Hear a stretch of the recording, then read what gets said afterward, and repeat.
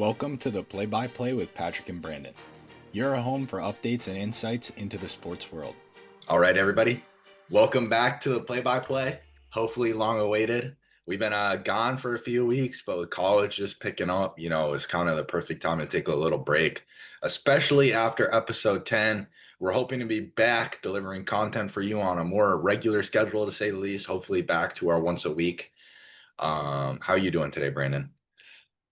Doing good. Like you said, been busy with college starting back up, but excited to be back talking about sports. I just want to once again say thanks for all the viewer questions we got for episode 10. I've been hearing it from my friends about the viewer questions and what we talked about. Some harsh feedback on the Mac Jones question. So just Can't been imagine fun. why. Excited to take another look at sports because I am hyped for football season to finally be back, personally. Yeah, a lot going on. Big anticipatory period for sports. I would say we got a lot starting up soon, specifically with football. But I think I want to start just taking a quick look at the MLB again. I mean, it's been a couple of weeks. We like to do that every once in a while. And so the first couple of things I'd like to note, uh, in the AL East, the Boston Red Sox passed the Yankees after a series win over the Yankees. So it's been a pretty hotly contested battle. I believe the Sox are still only one game above the Yankees, but playoff hopes for the Red Sox are looking better and better. Brandon, as a resident Red Sox guy, I'm curious what are your thoughts on that one? Absolutely ecstatic. Every time we play the Yankees, I go into it just hoping we like hit the absolute crap out of the ball and just embarrass those pinstripe wearing losers. And that is exactly what we did. I believe the current standings have us at 74 and 60. So we are firmly in the wild card picture and one game ahead of the Yankees. So obviously, you got to keep the momentum. Season's not over yet. A lot of baseball left to be played. But I feel very comfortable that if we do run into the Yankees at some point in the playoffs, we will be more than capable of beating them, considering I think we're like 7-2 against them on the season. So Both teams have been very consistently trailing the Jays all season. So I'm curious to see what happens there because it's literally been like since the start of the season. There's been a pretty significant gap there. Even with some of the struggles the Jays had more recently, neither team was able to close it. So that's important to look at. I'm not sure what series the Jays have coming up, but that'll be important to look at, especially if you're a fan of either the Yankees or the Red Sox. A Jays fall off would be pretty big for either team. Following that, the Brewers were the first team to win 80 games, to no surprise. They were also the first team to win 70 games. They might have been the first team to win 60 games, to be honest. I kind of forget. The next team looking to get there, I believe, is the Tigers at 78 wins after a little bit of a mid-season slump. The Tigers are back in pretty good form. They've been looking pretty dominant back in a couple of their more recent series. I know we talked about, some pitching and some defense problems for them earlier on in the season. Their pitching has really looked a lot more consistent recently. We'll talk about him later, but Tarek Skubal has kind of been locking it in, doing it all for them and on the pitching side. And then the defense has just looked a lot more tight to me and what I've seen from the Tigers, which hasn't been a ton, but a few games here and there. Um, so, that's kind of what I had for just what was going on around the MLB right now. But we are closing in on the end of the season. Um, month and a half left, I believe. So I wanted to get into some award predictions. It's something we've done for a couple other sports in the past. We haven't touched this for the MLB yet. So I have picked out the American League MVP, the National League MVP, and then both the Cy Young winners. So I'm going to start with the AL MVP. And just to kind of look at this, I took the August poll from MLB.com. So people voted like they would vote for an MVP. The front runner right now is Cal Raleigh, catcher for the Mariners, followed by Aaron Judge and Bobby Witt Jr. And I think it's kind of they're making the right choice right now. I mean, obviously things still have plenty of time to change, but that Mariners team is not incredible, and he's kind of been doing it all for them. I mean, we talk about how catcher is one of the hardest positions in the sport. The amount of play calling you have to do. You're really a field general out there. I don't want to call it like akin to a quarterback, but you're kind of controlling the pace of everything. You know, you're helping call for your pitcher. And he's been doing really well. So I'm curious if you have any other thoughts on that, Brandon. Thoughts on who else is in the race? I think that's a fair assessment for AL MVP. I mean, Cal Raleigh just broke the record for most home runs by a catcher in a single season. I think he's got 50 right now, 107 RBIs. And you're right, that Mariners team is not super impressive outside of what he's doing. So I think in terms of like bringing value to your team, I think that's the fair shot. And especially with how inconsistent the Yankees have been. And I know Aaron Judge is still putting up some solid numbers, but nothing like I think super crazy. I think that's the right choice for AL MVP. My thing too is, and I'm going to sound like a hater here, but everybody knows it. New York Yankees stats, especially batting stats, are always inflated because of that ballpark. Like you look at Aaron Judge hitting these crazy home runs, and you can get even super analytical about it and be like, oh, this would have been, out of the park in this park, that park. It would have been home runs here and there. But regardless of the way you look at it, that ballpark is probably the easiest park to hit home runs in the MLB.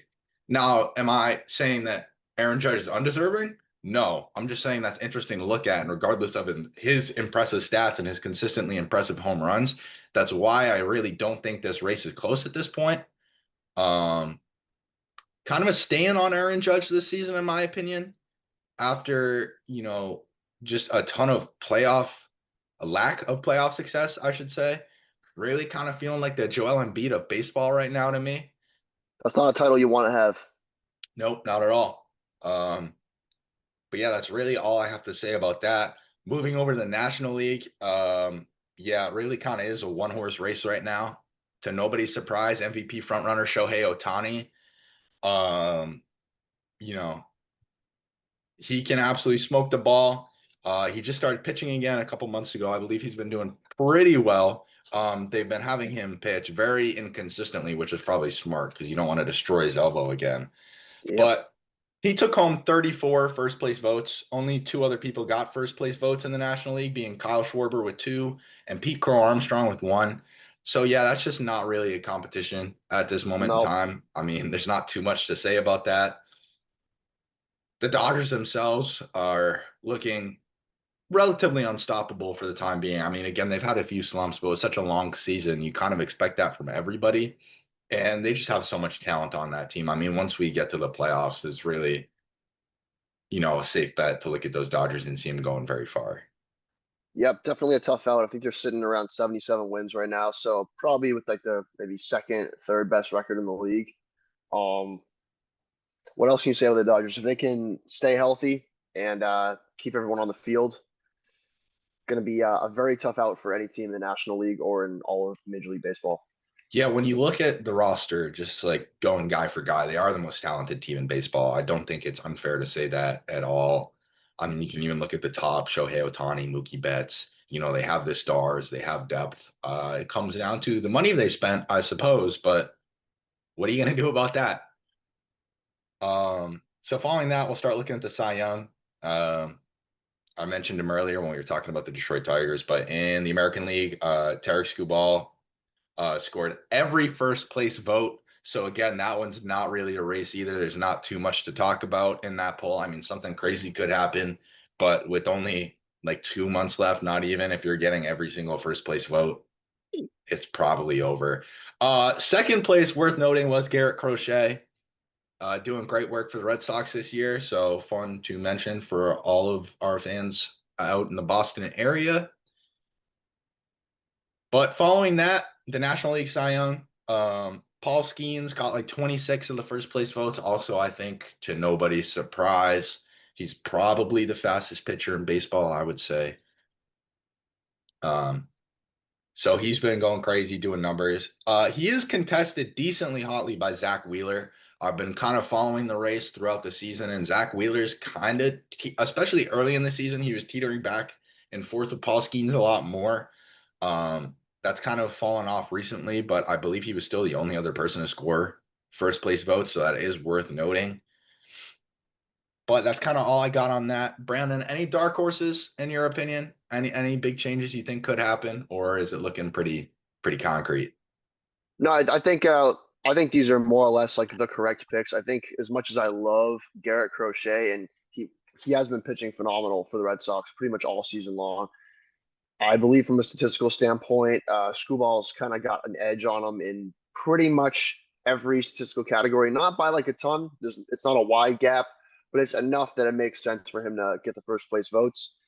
As far as the National League, I think Paul Skeens would maybe have more of a gap if the Pirates weren't so terrible. I mean, it's worth noting that the one stat that Paul Skeens does not have is the wins, but you can't exactly blame him for that because I believe the Pirates put up maybe 2 runs a game if they're lucky, which is just brutal from a pitching perspective because he can go out there.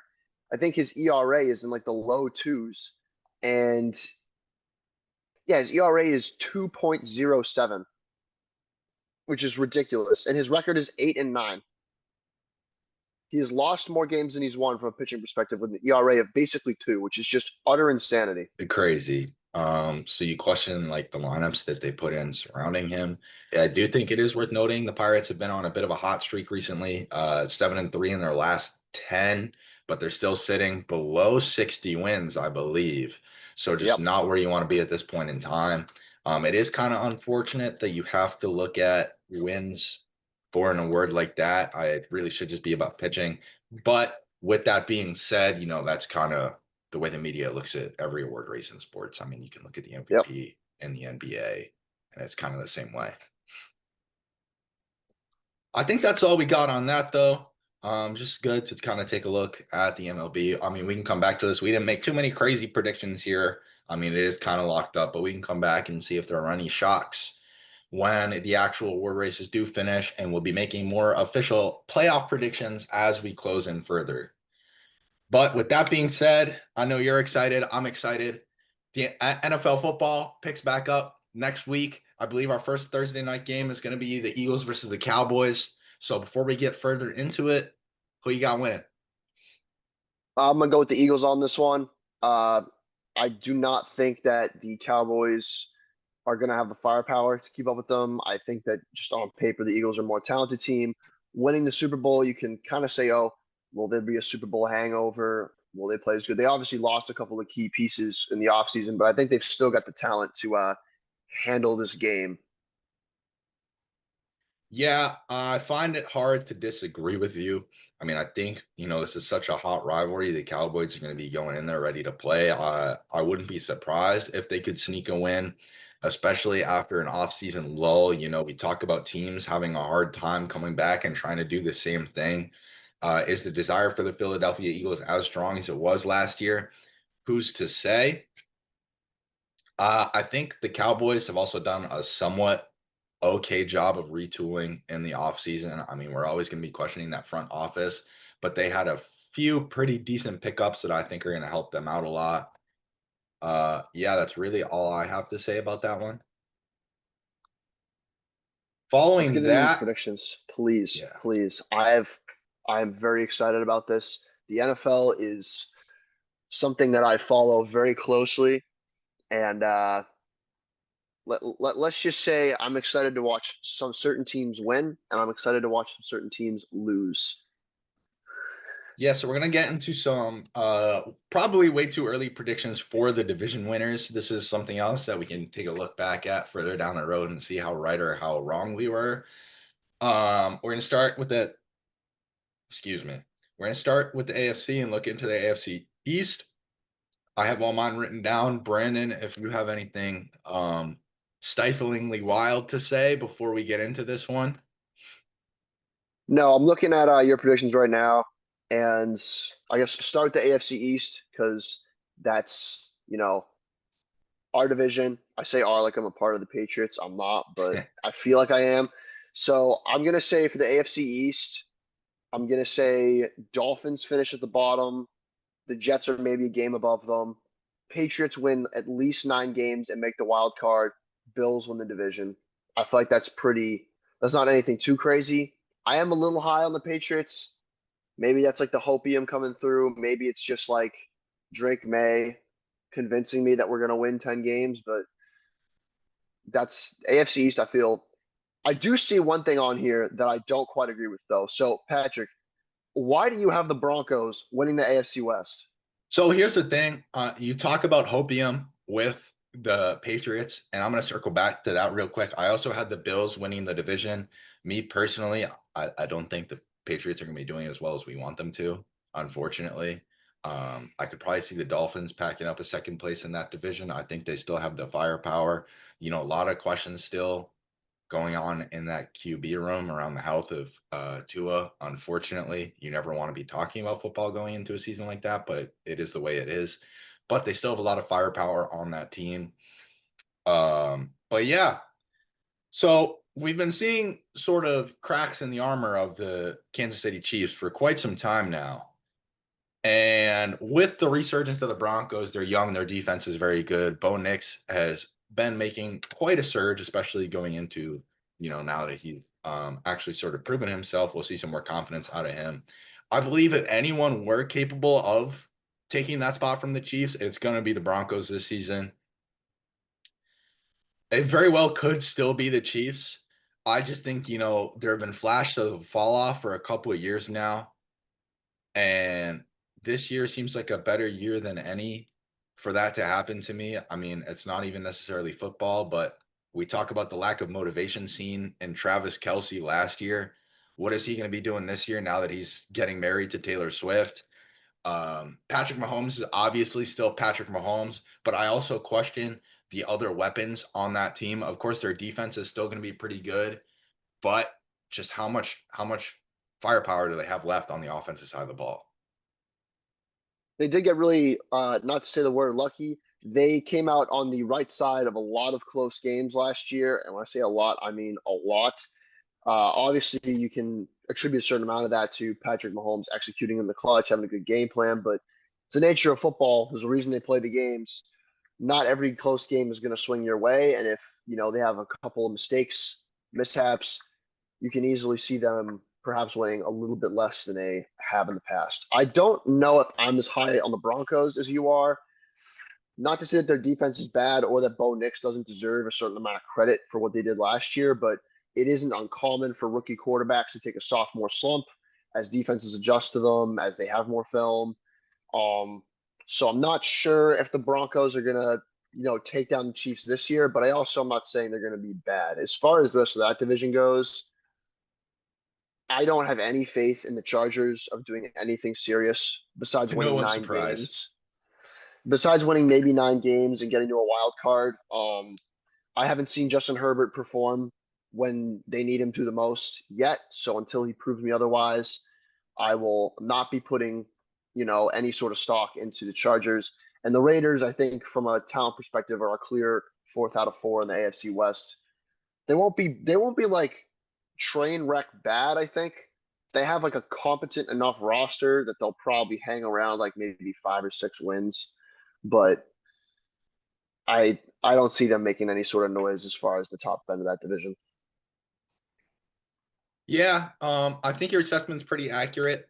I do want to point out the Broncos did make some pretty good offseason signings. You talk about Bo Nix having a potential sophomore slump, but I think he has more weapons this season. I mean, we see Evan Engram coming in to that team. He's a great tight end, catch the ball. Trent Sherfield, not the most consistently reliable wide receiver, but you can see flashes out of him. Just more consistent firepower on the offensive side for that team. I think will really find Bo Nix landing himself in a more comfortable spot, and that's what you want to see from a young QB.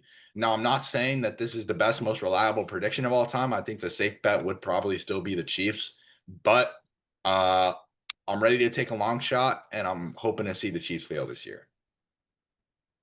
Please.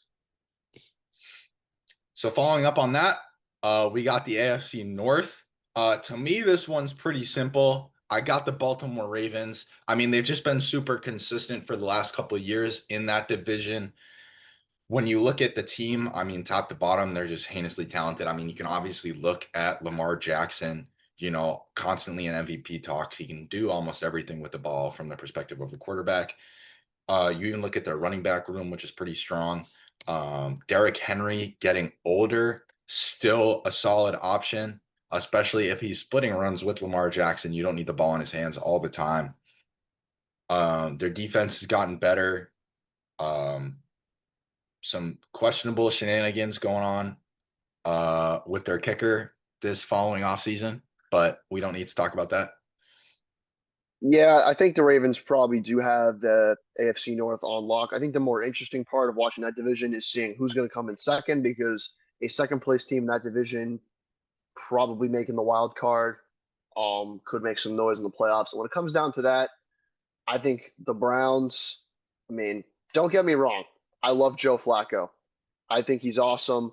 Been a fan of his for a long time. I love that he's still throwing absolute dots at, age 40, whatever. He's still doing it. But Browns are probably your last place team in that division. The For sure. Steelers are strange. They're always I feel like they've been in like the same spot since they got rid of Ben Roethlisberger. They're always like a good QB away from being a legitimate contender, but every offseason they go and do something like this. Last year was what Russell Wilson and Justin Dangerous. Fields Yep. splitting reps. This year it's a 40-something-year-old Aaron Rodgers. Coming off an Don't ACL know tear. don't know if that's the guy you're looking for to maybe propel your team to new heights. Not to disrespect Aaron Rodgers in any way, obviously uber talented quarterback, but definitely, best years are behind him.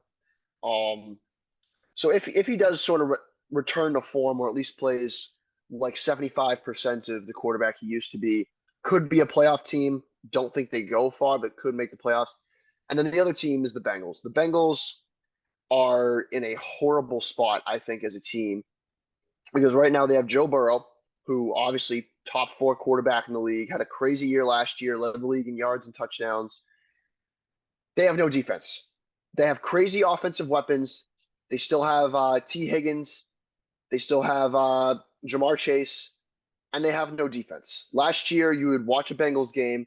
They would put up 38 points, and Joe Burrow would have like 4 touchdown passes, but they'd give up 42 and they'd lose the game. That, unfortunately, they didn't really make a ton of moves in the offseason that would have me thinking of a different result next year, which is unfortunate for Bengals fans because you're wasting another year of Joe Burrow's prime.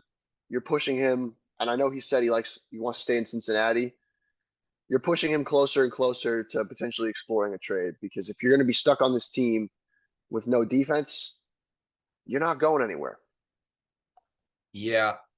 It is crazy to say that, in my opinion, the Bengals are one of the more fun teams to watch in the NFL, considering how much they lose. But that offense really is stacked. The one thing I'd like to point out is that everything Joe Burrow did last year, he was doing with a jacked up wrist. He was dealing with a wrist injury. He was on injury management basically all season. And so to compound that with the success he had, to think that like a potential full offseason or rehab, getting his wrist right, I'd be interested to see if that helps them at all. Like you said, obviously they don't have a defense, but is Joe Burrow's enough to change the tides for them? Could potentially give you a win in a couple close games. I mean, obviously, a wrist injury for a quarterback is not good, but it's tough to say. If he was doing that with a jacked up wrist, he still put up 49 touchdown passes. Hard to imagine he puts up a lot more than that. I mean, 49, you're pushing like, or I misspoke, I'm probably closer to 41 touchdowns last year. Still sort of hitting the upper register of what you're capable of for a single season in terms of production. Um, I don't know. And I've talked to Bengals fans, a couple of Bengals fans I go to school with. They're sort of high on the Bengals. They want to see Joe Burrow succeed, and I don't blame them. I'd be the same way, but they play in a very tough division with a lot of high-powered offensive talent. Especially, you're probably dropping both games to the Ravens, considering they have Lamar Jackson and you have no defense. It's a tough spot. It's a very tough spot. One thing we can't forget though is even just a couple seasons ago, the Bengals were making deep playoff runs with similar questions. I mean, they've never really had a good defense. There were also No. questions about their offensive line before, and they were still getting it done. And I think they made it a point to shore up that offensive line with some pretty solid draft picks. So, yeah, it'll be interesting to see. I mean, it's hard to say right now. We haven't really seen them play any football this season. We haven't seen anybody play football this season. But that's kind of all I got on that. Yeah. Should probably keep it pushing to maybe the most boring division in football. Is that ridiculous to say? No, unfortunately, it's not. The AFC South has been kind of in a dead zone for the last couple of years. I mean, I don't want to throw this word around because obviously these guys are NFL caliber athletes, incredibly talented.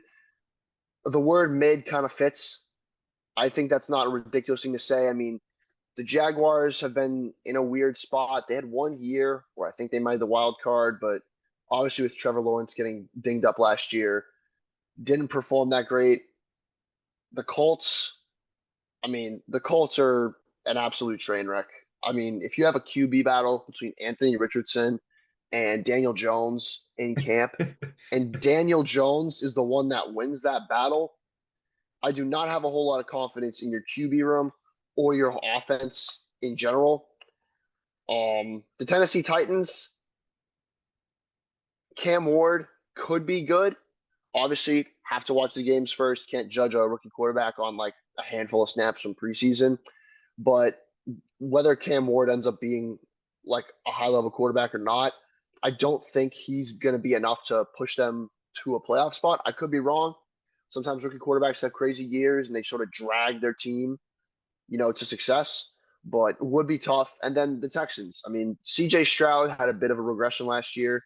Not 100% sure if that's going to be the new norm or if he's going to sort of bounce back this year. Still a talented quarterback. They still have a fair amount of weapons. I believe they still have Tank Dell and Nico Collins, who are both solid wideouts. I think the Texans will probably take that division, probably with like 9 or 10 wins. They won't have to have some crazy 14-win season to wrap up that division, but I would say Texans are probably the betting favorite to take care of the AFC South. Yeah, so one question following the Texans, and it was late in the season, so you can't attribute all of CJ Stroud's regression to this, of course. Tank Dell, his season ended early last year, unfortunately. So that is something to pay attention to. I believe he's coming back to start the season. I could be totally wrong about that. Um, but yeah, he suffered a season-ending injury last season, excuse me. So with him back and hopefully healthy, if he's back in full form, that will be interesting to see. But not really too much to talk about with that division. I mean, there's just not a lot going on, to be honest. So following that, we're gonna jump over the NFC. Personally, I mean, the safe bet's the Super Bowl champions. It's probably gonna be the Eagles again. Not too much changed with that team following the Super Bowl win, so they're gonna be looking really hot going into it.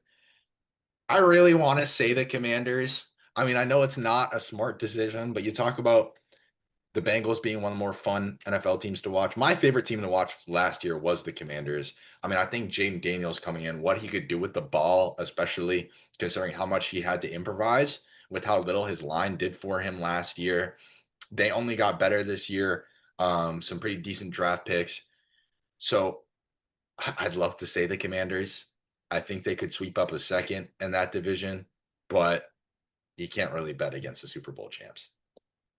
I'd say it's a valid assessment. I think that race will be a close contest. I think they'll probably go back and forth over the division title. I will say that those head-to-head matchups between the Eagles and the Commanders will be must-see television.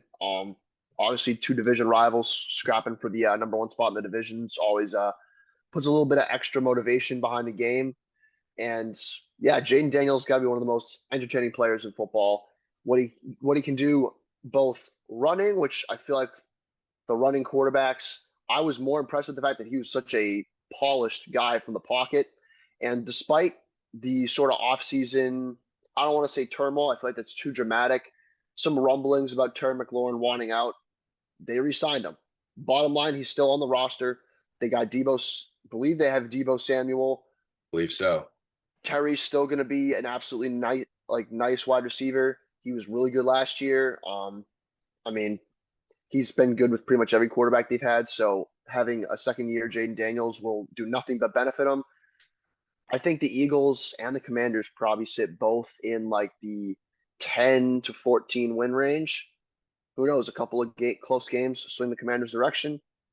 And saying that, I also don't think you can count out the Cowboys. I mean, aside from the New York Giants, this division is looking pretty tight this year. The Cowboys will pretty much always be, I think, consistently good. You can talk about lackluster decisions made by their management, but they still have Dak Prescott, prominent QB. You can say what you want about him. He's still very good at football. Still got some pretty good wideouts over there. CD Lamb's, of course, still going to do his thing. Lot of drama this off season, but I think they'll still be strong. Yeah, it's going to be tough to see. I do think it is going to be a hotly contested division. Well, by 3 teams at least. I believe still drama going on with Micah Parsons. Yeah, I don't know what's going Yeah. on there. Last I heard, he was taking a nap on the bench during a preseason game, which not a good look for anyone Yeah, that's involved. horrible. But we'll see if Jerry can work his magic and somehow get the dude to re-sign or stop holding out, whatever he's doing. Yeah, it's a tough look, unfortunately, because like you see Micah Parsons doing that, and of course he's like one of the most talented players on any football field he's on. But you see him doing something like that, and it's not good for him nor the team because other people seeing him acting like a prima donna are going to be less likely to want him or less likely to offer value for him, I should say. Now, of course, he'll still get a good return for Micah Parsons, in like a sign and trade situation, which might be best case scenario at this point, to be honest, because he is still Micah Parsons. But it's going to be very diminishing returns for the Cowboys at this point with this sort of behavior. Yeah. I think that's all I have to say about that. It's going to be a very tight race. Following that up, we got the NFC West. I personally, the easy answer is going to be the San Francisco 49ers, in my opinion. You look at the rest of that division, the Seahawks could do something. The Rams could do something. But I think the 49ers have just been so consistently good for so long at this point that it would be kind of silly to bet against them. I think if they stay healthy, they probably have the best odds to win the division. But I will say the West is probably going to be a very competitive division next year. If Sam Darnold can replicate even like a third of his like Linsanity run from last year and play some good football, the Seahawks will probably be close and still be in the race. The Cardinals, if Kyler Murray can, maybe take a step forward, sort of propel them to a couple more wins, they'll be in the mix. And then Matt Stafford and the Rams. I mean, they still got Puka Nacua. Obviously, Cooper Kupp is now on the division rival, Seattle Seahawks. He's not quite the guy he once was when he won the Triple Crown a couple years ago. But I will say, I think a lot of the teams in that division will probably be sitting around the 7-9 win mark, which could make things interesting both for like who wins the division and the wild card race in the NFC in general. But I think I would agree with your pick. I think the 49ers, talent wise, have the best roster. Definitely the team that has the most, in terms of past 5 years, the most success, more of a winning culture over there. Brock Purdy, still a really good quarterback. If McCaffrey can stay healthy, if Kittle can stay on the field, that's still a very good offense. Their defense, they're very well coached. I would say 49ers are the sort of betting favorite to take home that division. Yeah, the health concerns that you bring up definitely are important because you look at that offense, which is so star-studded. Brock Purdy is obviously a very polarizing football player. You have people calling him good, maybe even great, and then you have some people calling him the most overrated quarterback in the league right now. So, very stifling opinions on Brock Purdy. I personally kind of think he's just okay. He's not going to do anything incredible, but he's not a bad quarterback. He can throw it pretty accurately. He makes pretty solid decisions. It's hard to make bad decisions with the offenses he's had over the years, though, I will say. But both George Kittle and Christian McCaffrey getting up there in age, the lifespan of running backs, not very long in the NFL. What I will say in defense of Christian McCaffrey is he's very elusive and he can catch the ball. So he doesn't just have to run it out of the backfield. That could give him a couple more years. Obviously, When healthy, he's still going to be one of the best players in football. The same thing can be said for George Kittle when healthy, one of the best players in football, but also getting up there. So we'll see what happens with them. And yeah, I mean, the rest of the division is looking very different this year, but I just think the 49ers are the safe pick. I would, like I said, I have to agree. The 49ers, I think the key this year is finding a way to stay healthy. Obviously, guys getting up there in years, it's tough to stay healthy in the NFL as it is. And, McCaffrey, unfortunately, has probably one of the worst injuries you can have as a running back. I mean, Achilles tendonitis is no joke.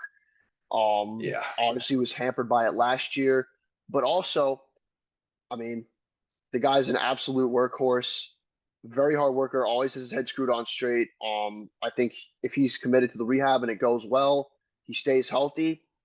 He's probably the most dynamic running back in the entire league in terms of the like sort of variety of things he can do. Obviously, he's lethal running it out of the backfield. I think he really shines when he's catching it. Obviously, great in open space, can make people miss. So if the 49ers stay healthy deep into the season and they have a even like 85% healthy roster, obviously that's like sort of a vague term, but if they can keep the majority of their roster healthy, that's not just a division winner. That's a team that's looking for a deep run in the playoffs. I agree. Following that, we're looking at the NFC North. Um, the Packers could be good this year with, Jordan Love. They made some decent moves, retooling after the sudden departure of Aaron Rodgers. With saying that, I think I'm still going to go with the Lions personally. I also think that's accurate. I think like you said with a couple divisions before, the most interesting race isn't going to be who wins the division because I do believe the Lions, between their running back tandem with Montgomery and Gibbs, I mean, Jared Goff has been playing really good football the last couple of years for them. Another team, extremely well coached. Dan Campbell, obviously one of the more controversial coaches in the league, takes a lot of risks, a lot of fourth down conversions on that Lions squad, but I think they're looking at the favorite. I think the real interesting battle will see who comes out with a higher record, Chicago or Green Bay, because both of those teams have young quarterbacks that have shown flashes of real legitimate NFL talent. I mean, Caleb Williams didn't have the best rookie season ever, but he develops. They gave him more weapons. They certainly did their best to put a roster around him. And Jordan Love, another guy who's shown flashes of brilliance, questionable decision making sometimes. I know there were a couple interceptions last year that I remember that had me scratching my head a little bit from a decision making perspective. But I think either one of those teams, if they have a good year, could sneak into the playoffs potentially as a wild card. But Lions definitely the favorite. Yeah, I have to agree with you. Um, I don't think the Minnesota Vikings will be doing much of anything this year, to tell you the Not truth. unfortunately, no. We saw flashes last year, but then they turned around and almost changed their team completely again. So who's to say what happens? They still have Justin Jefferson. I mean, you can see an ESPN highlight or two from a Vikings game, but will you see more than 6 wins? Probably not. Doubtful. So following that, I believe we have one more to cover, the NFC Yep. South. Um, Another one that's just like a lot of questions surrounding this division. I think personally, I'm gonna go with the Tampa Bay Buccaneers. I mean, you look at the division, and again, it's just like a lot of questions, a lot of mid football. Um, but the Buccaneers have been really consistent for the last few years. Baker Mayfield made a really nice resurgence for them.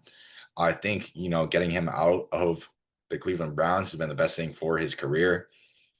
You see a guy that was on the Browns and then I believe also on the Panthers for a little bit. He finally found a home with the Buccaneers, a place that trusts him. He's been looking good. The team's still strong. You still have the remnants of the super team that Tom Brady put together. Will they be doing much in the playoffs? I kind of doubt it. Will they probably find a pretty easy path to the playoffs? I think so. Yeah, that division is in rough shape. I mean, the New Orleans Saints have been sort of lost ever since Drew Brees retired. I don't know who they're planning on starting at quarterback this year. It might be Spencer Rattler. I know they drafted a rookie. Didn't look that great from what I saw in the preseason. I'd say besides Alvin Kamara, who's getting up there in years, not a crazy stacked roster. Panthers, Bryce Young did show flashes of improvement last year, but I don't think it's enough to push them close to a playoff spot. I'm thinking you're looking around 4 or 5 wins next year for Carolina. And then I think the team that is the biggest wild card that has probably the most potential to be good, the Falcons. The Falcons, if Michael Penix can, progress, if he becomes an NFL starting caliber quarterback, Bijan Robinson looked really good last year. Um, they have some weapons. There's just They a potentially can lot. make a run, but Yeah, I'm not sure if they'll beat Tampa. there are a lot of questions surrounding that team in my head because there's a lot of maybes following the It Falcons. You talk is. about Michael Penix. Of course, Bijan Robinson is going to be good. He's been doing his thing for years at this point. But then, like, you also look at people have been predicting a Kyle Pitts breakout season I'm one of since them. he's, I'm one of them. but they've been making those predictions since he's got to the NFL. It's been years now, every single year. I mean, you even look at the fantasy heads. Kyle Pitts is getting picked rounds earlier than he realistically should be. I was a victim of that one year, to tell you the truth. Brutal. Um, could it happen? Maybe. Do I see the Falcons doing much of anything? Call me a doubter, but I say no. I Probably don't see not. it. But those are all of our division predictions. So yeah, just another thing to look back at. Hopefully we get at least some of them right. I think so. I think so. Following that, the WNBA playoffs start September 14th. I figured we could touch on that briefly, considering that's right around the corner. It'll be more fun to cover once we're actually in the heat of things. But finals predictions, I mean, me personally, the New York Liberty did it last year. I find it hard to believe they won't do it this year. They're still looking strong. I believe they're sitting at the top of their conference. And then playing them, I'm going to go with the Lynx.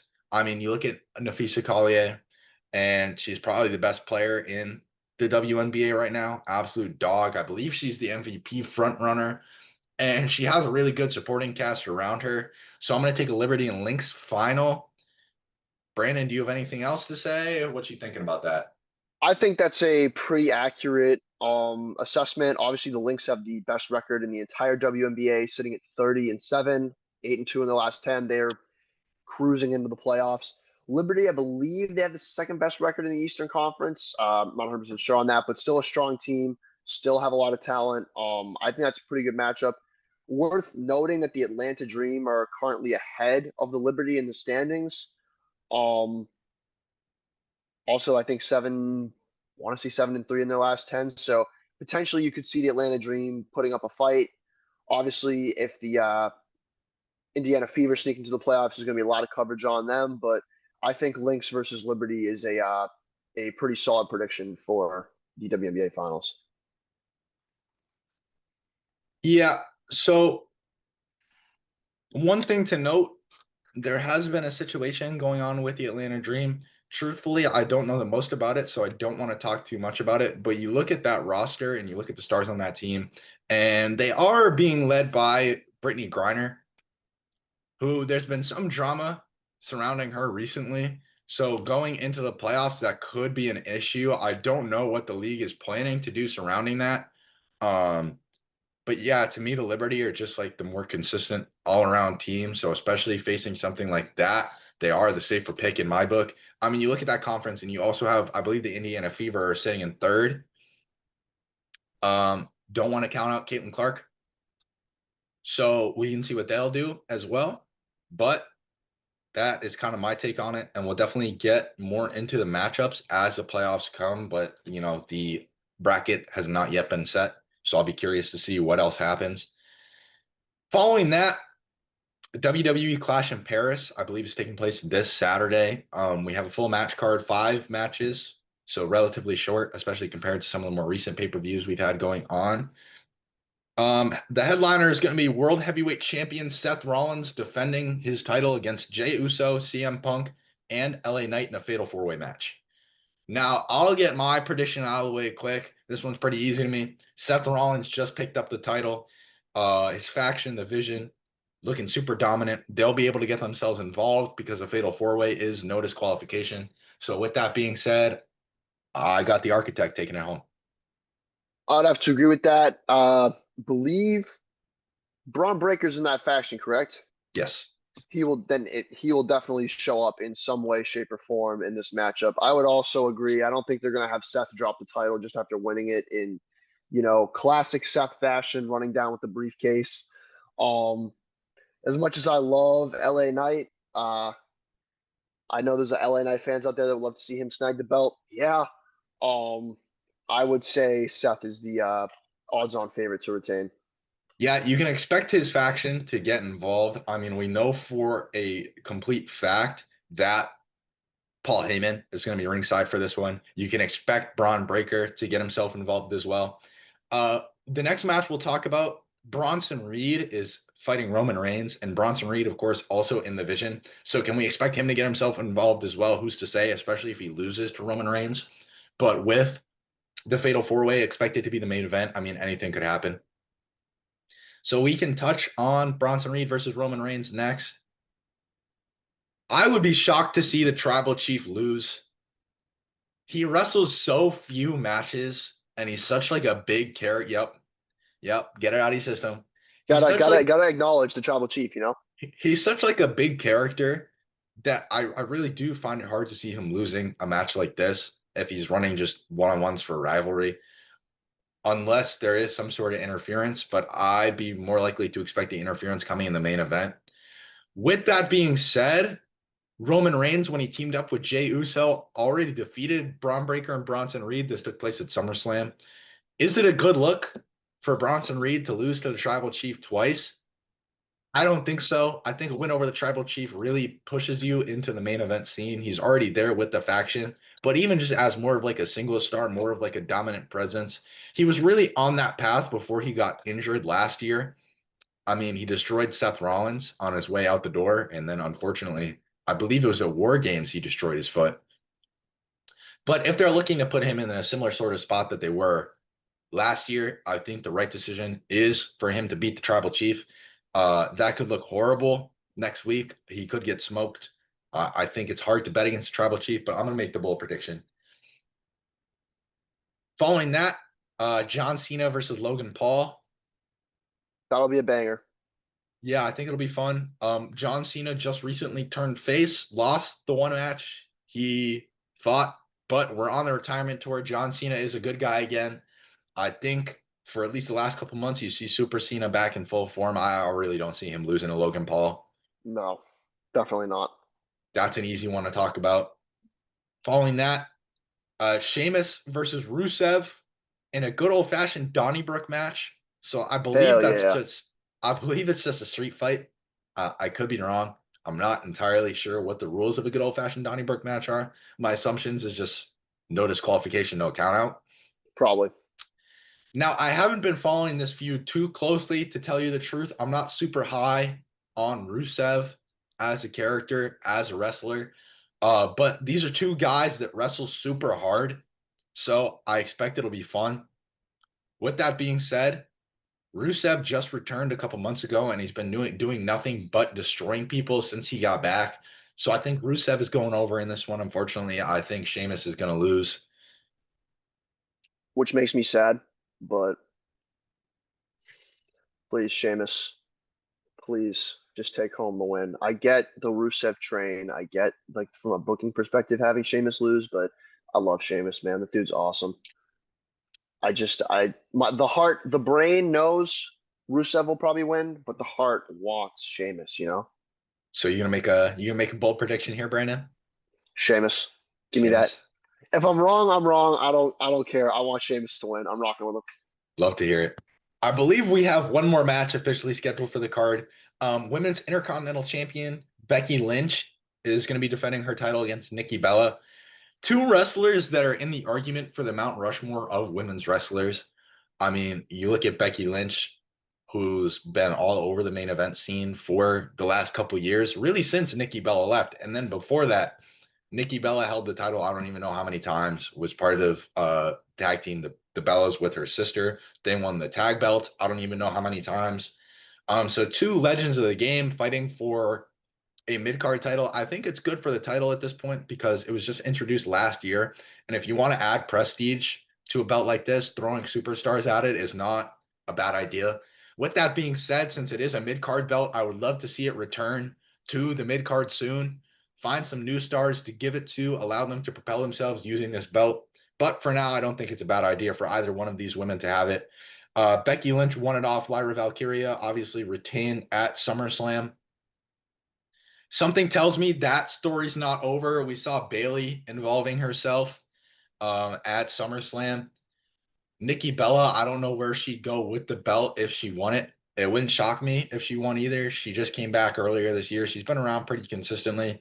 But just for the sake of, I think Becky still needs to run the ones with Bayley. I'm taking Becky Lynch. I would have to agree with that. I also big fan of Becky Lynch as a wrestler. I've watched a couple of her matches when they were live. Very entertaining. Yeah, I think the streets will be rocking with Becky Lynch for this one. All right. I believe that is every single match on the card, at least announced on the card. Of course, this could change this week. We still have Friday Night SmackDown, so something could happen. But those are all the events that are coming up, have been occurring. We do have one viewer question for today from Andrew L. in Milwaukee, Wisconsin. What are your thoughts on William Contreras returning back to catcher and his hot streak lately, including a walk-off homer against the Giants? Do you believe he has returned to form as being one of the top catchers in baseball? So I believe his injury was a fractured finger, so obviously going to affect the catcher. I mean, you really just can't play the position with that. He was playing DH. That's the reason why. Yeah, I mean, it's been a great return to form for him. He's obviously a great catcher, a great play caller, makes great plays. Great leader for that team. He's also probably the best batter on that team as it stands. I mean, you have a few guys that can really smoke the ball on that team, but he's just been the most consistent. As far as the best catcher in baseball, one of the best, definitely a fair assessment, but we talked about him earlier. Cal Raleig's the MVP frontrunner for a reason. I could see the argument for William Contreras easily sliding into that 2 spot. Brandon, I'm curious if there's anyone else you have on your mind. Not particularly. I mean, it is worth noting Contreras is batting like 260. He's got 16 home runs. So he's definitely solid at bat. But in terms of the best catcher in baseball, that's still got to be Cal Raleigh. He's having an unprecedented season, not just for catchers, but for baseball players in general. But yeah, I think if you're a Brewers fan, definitely excited to see Contreras sort of back playing some good baseball and healthy. Yeah, super exciting to see. I think, as far as the discussion and the question you asked, give us a full season of Contreras next year, and you could probably definitely make an argument, but it's just so hard to argue against the guy that's been establishing himself all season. I don't think it'd be fair to say right now, especially after only just a couple games. Yeah. So that's the only viewer question we have today. Just as a reminder, our link tree with the question submission form is attached to our YouTube, our Instagram, and our Spotify. So if you have any questions about the world of sports, feel free to submit them. We've been occasionally known to answer non-sports questions too. So submit something. Maybe we'll find ourselves answering it.